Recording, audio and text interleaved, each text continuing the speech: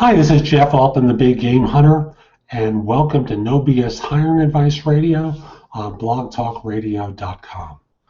This is a time where I like to spend about 15 minutes speaking with you about some element of hiring, recruiting, staffing, because frankly, I think many of you find that finding new employees is hard. It's complicated. It's difficult. I think the best way to describe it is you kiss a lot of frogs to get to that prince. And what I try to do on this show is take some of the mythology out of the process, simplify different aspects of it down to core elements, because frankly, it doesn't have to be so hard, difficult, painful, or take so long. I think many of you have established processes and habits that are making it harder for you than it needs to be. So I'm going to take about 15 minutes. I think I'm going to be doing this show regularly on Wednesdays at noon.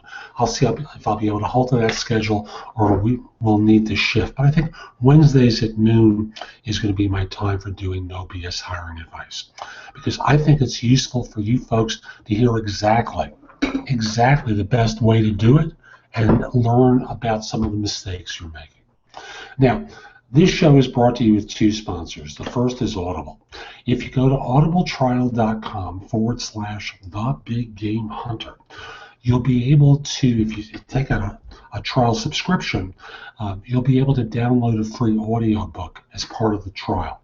Again, go to audibletrial.com/thebiggamehunter for your free download. And I know you like audio. You're listening to my podcast, right? Also, my second sponsor is consultingassignments.com. That is a site where you can find and fill consulting assignments, full-time consulting positions, temp to perm, and contract to hire opportunities anywhere in the world completely free. Posting a job, posting a resume is free. Searching jobs and resumes is also free, as is the ability to contact one another. The only thing the site charges for is if you want to feature a job or feature a resume. It is a whopping $10 for 30 days. And if you're going to do it for more than one job, they have programs that take it down even lower than that. So again, that site is consultingassignments.com. So I thought I would do a show focused on recruiting passive job applicants, because in my 40-some odd years of doing recruiting, I've been very good at that. And I know there are lots of different tools out there that allow you to reach out to passive applicants, but often your process makes it harder than it needs to be. So I want to first start by saying, what is a passive applicant? And if you want to be candid with yourself, it's an applicant that you haven't gotten through a job board. That's really the definition of it. Now, in theory, what it is the person who isn't actively looking for work. And thus you believe that that person is superior to the one that is actively looking for work. I won't go through the reasons, but I know that's the public face of recruiting passive applicants. Now, as someone who helped to create that myth, I'll start by saying just because a person's out of work doesn't make them less competent than one that is working. And number two is, in point of fact, like I suggested earlier, the only difference between the two is you may not know that that passive applicant is looking for a position because they've hidden their resume on that job board by not putting their name on it and using one of those long coded names. Or the search string that you ran to locate them didn't turn up the correct answer with their resume. So when all is said and done, the passive applicant is just one that you couldn't find on a job board. So you're off there recruiting and using a variety of different tools, and I'm not here to talk with you about using Google and running search strings. There's plenty of time for that on subsequent shows, but for today I just want to talk with you about how you communicate with a passive applicant. And it comes from a conversation or conversations I've had with job hunters and how they're spoken with, and I know how I speak with the applicant individual, but I also know the difference with which I seek to engage with someone who isn't actively looking for work. Now, part of what I've tried to do over the course of years is to spend a lot of time providing information about myself and my thought process about job hunting and hiring, I must say, and making it very visible. So I've got a website at thebiggamehunter.us with an enormous amount of content available for job hunters and for hiring managers and HR professionals and small business owners. You probably all know that already.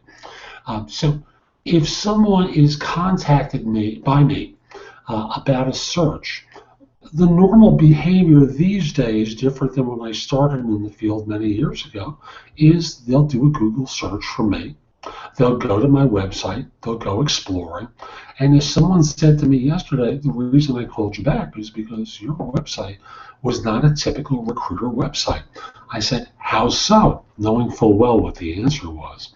And they said, you have an enormous amount of content to help job hunters and hiring managers do a better job. You also have places that I could, in theory, post my resume to and you'd never get a fee. And that gives me the idea that you are legitimately trying to help people. It happens to be true, but that's part of how I try to communicate to job hunters. I don't want them to believe that I'm there just for the transaction. I want them to believe, know, and be convinced by my website that I'm there to help. And if you haven't visited thebiggamehunter.us, you really should, because whether you're a third-party recruiter who's watching this show just to find out what my thinking is about passive applicants, or someone who's in corporate HR, or is a hiring manager, or is a small business owner, you always want to be communicating to people who you want to know about your firm in ways that they're going to be impressed. And to do it not by saying, hi, we need to talk because, hey, look at my website. I've got good stuff there. And as a matter of fact, I know you'll be impressed. No, it's not about going out and aggressively selling. It's casually providing information to organizations. So, and individuals, I should say. So from the standpoint of where the starting place is communicating with your audience with tons of great information about your firm so that they can research it privately before they get back in touch with you. Where can you do this? I mentioned the website, but I also use YouTube. I do things on Facebook, on LinkedIn. The LinkedIn publishing platform in particular is a new place. On my company page, there's a lot of information that I put out there so people get an impression of me. Then, when you're reaching out, are you sending an in-mail? Are you sending an email? Or are you calling? If you choose to send an in-mail, it's a diluted first impression. If you have to send an in-mail because you don't have one of those utilities that might draw up the person's email address, like 360 Social or Connect 6 or Connectifier, if you don't have one of those tools that might offer you an email address for you to reach out to them outside of LinkedIn, try calling instead. But the first thing is, if you want to send that email, spend the time to craft a personal message, not something that sounds like you're pushy and corporate. So that email might say something to the effect of, hi, my name is, I do recruiting for so-and-so. I'm doing a search for a manager within my organization who's trying to hire someone with such and such background. You provide them with a URL to the position description on your website or some other place, so they have a chance to see the job description. I saw and obviously you don't put that 90-letter URL there. Shorten it using bit.ly or one of the other link shorteners. Say, I saw your profile on LinkedIn. It looked interesting for this role, but I don't presume to know if you're exploring other things. But like I said, your background looks interesting. Would you have a few minutes to chat? If so, at what number can I reach you, and when might I be able to call? Always go for the phone number at that point. Why? Because you don't want them making decisions without the best information. And you and I both know that job description has been changed 100 times since it was initially approved. You want to have the dialogue. You want them to hear your voice and start trusting you that much more. So let them hear your voice. They respond, let's say, with an email address, or no. Here's my phone number. Call me Tuesday evening at 8 p.m. You roll your eyes up back into your head, you write back and say, I'd love to do it, but frankly, I have the kids that night. I'd like to spend some time with my family because I'm working hard. Is there a possibility we could schedule a time at, and then you offer them a lunch hour time? They say, sure, you schedule it, and then you call on time.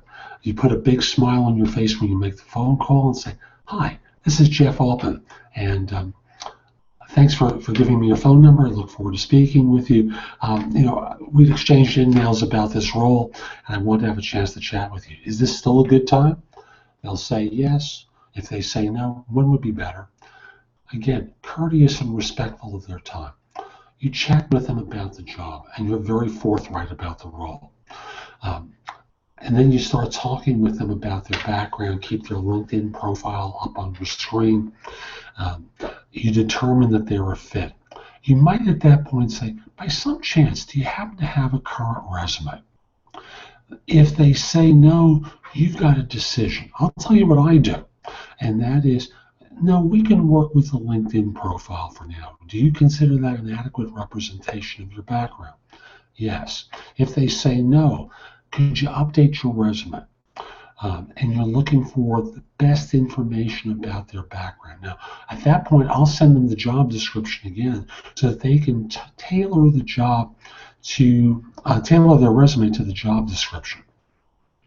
So once I have the resume, or if I'm acting on the LinkedIn profile because it's meaty, I'll start working with that and craft it into a resume. I'll get it to a hiring manager, but clearly what you don't want to be doing is taking a lot of time. Number two is what you don't want to be doing is saying, in the meantime, could you go to our applicant tracking system and complete the online application? Why? Because right off the bat, what you're doing is turning them into meat. You are doing what third-party recruiters have been accused of doing for the longest time, and that is commoditizing people into garbage. You don't want to do that. You want to keep treating them as someone special. You might in that phone call get their home address and upload the profile and their home address and phone number into your applicant tracking system for them. It's a courtesy, but it saves time for everyone and is respectful of them because they're not out looking for work. And once they have the resume, who's to say they don't start submitting it for other positions? Do you really want to be the cause of them looking for something else? I don't think so. You want them zeroed in on your job. So now that you have that resume or working with the profile and you have a hiring manager interested in talking with them, what you want to be doing is ensuring that that hiring manager is spending time trying to connect with them as a human being.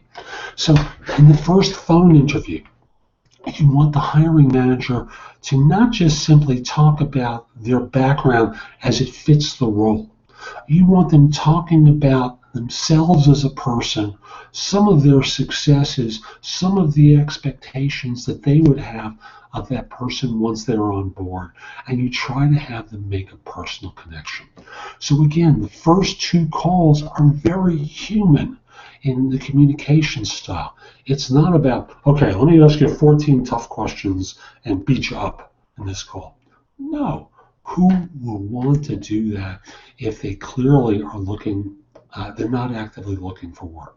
Now, in the third interview, when they're scheduled, you make a point of saying, we need to assess your experience and skills in greater depth. So this one is going to be a meatier interview. So by that I mean MEATIER, not MEOTEOR interview. And you just tell them, if there are, we're going to go through some of the work that you've done aggressively to make sure that we understand your capabilities and experience in greater detail. If they're in IT, you can say, we're going to conduct a technical interview. In engineering, much the same thing. You get the idea. And once you have them at that point, you're able to evaluate and assess them effectively in order to ensure that they're a good fit. And again, a human quality to the conversation. That's what you need to be doing all the time. A human quality to the conversation. And you're also going to be able to confirm that they are interested in your role before you go any steps further. If they aren't, you might just simply say, could you tell me why the lack of interest? They'll talk about it, and you can then say, could I offer you some information? Maybe we didn't communicate with you accurately in the course of our discussions. If the answer is no, I'm happy where I am. Wish them well, and then ask for the referral. If they are interested in going further, you tell them about the next steps in the process. You do it in a human way. You don't do it as that pushy, aggressive, bullying type of individual that too many organizations and too many third-party recruiters obviously conduct themselves as. You want to be out there being courteous to everyone, and then move it forward. So that's the process. And obviously we could talk about the job offer, but I don't think I have to educate you about extending a job offer. I think when all is said and done, passive job applicants cannot be treated and should not be treated as though they're commodities. You want to be in a position where you're treating them with even more respect than the resume that's tossed over the transom that active job applicants do. And ensure that they have a great experience of your firm, because even if you don't hire them now, you want them to be open to you at some point in the future. So this is Jeff Altman, the Big Game Hunter. I hope you found this show helpful. I hope you found this video helpful. Now, I want to encourage you to come over to my website, which is thebiggamehunter.us. I've got a lot of good content there for you that will help you do an even better job of staffing, recruiting, and that's whether you're an HR professional, hiring manager, or small business owner.